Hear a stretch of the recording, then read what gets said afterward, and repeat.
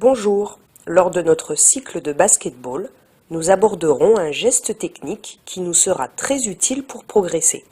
Cette vidéo vous présentera le tir en course et des conseils pour le réaliser.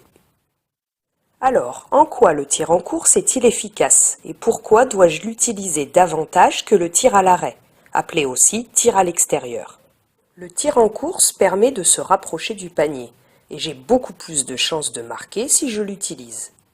Si je suis seul face au panier, il me permet aussi de ne pas me faire rattraper par mes adversaires.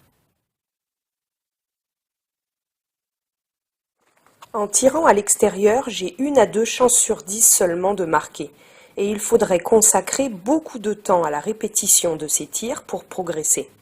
Les progrès sont beaucoup plus rapides avec le tir en course, et en fin de cycle, il me permettra certainement de marquer beaucoup de paniers et d'éviter de faire perdre la balle à mon équipe si je rate.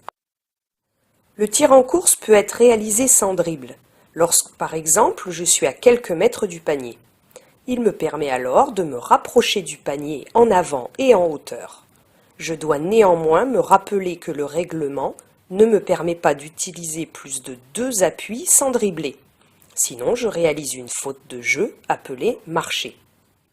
Alors, voyons ensemble comment coordonner tous ces gestes. Si je suis droitier, mes 2 appuis devront être exécutés dans cet ordre. Pied droit, puis pied gauche. J'utilise mon dernier appui, c'est-à-dire le pied gauche, pour sauter et transformer ma vitesse horizontale en impulsion verticale. Pour cela, je n'oublie pas d'élever mon genou libre.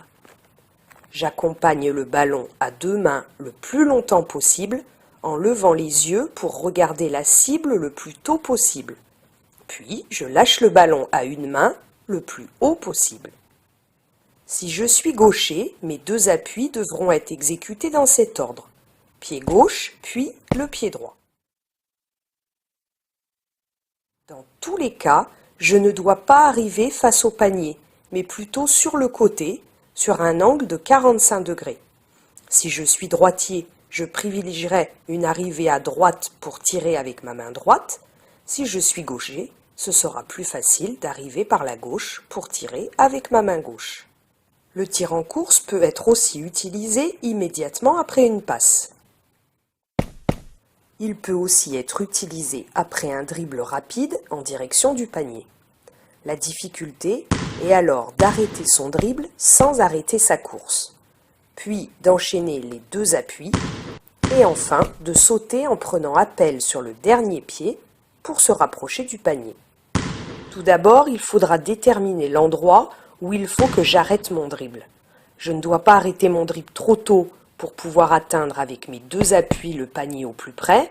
Je ne dois pas stopper mon dribble trop tard, car je risque de dépasser le panier et ne plus pouvoir tirer. Pour éviter de réaliser un marché, je dois essayer d'attraper le ballon avant de poser mon premier appui, c'est-à-dire en l'air, lorsqu'aucun de mes pieds ne touche le sol. Je pourrai ainsi utiliser mes 2 appuis réglementaires sans risque de faire une faute. Lorsque j'ai mon ballon en main, je dois fixer le panier et ne plus le quitter des yeux. Pour mettre le ballon dans le panier, je peux utiliser le rectangle noir dessiné sur le panneau. Si j'arrive par la droite, je dois viser l'angle en haut à droite du rectangle. A l'inverse, si j'arrive à gauche, je vise l'angle supérieur gauche. En visant cette cible, le ballon retombera directement dans le panier. Voilà, retenez bien tous ces conseils et rendez-vous à votre prochain cours.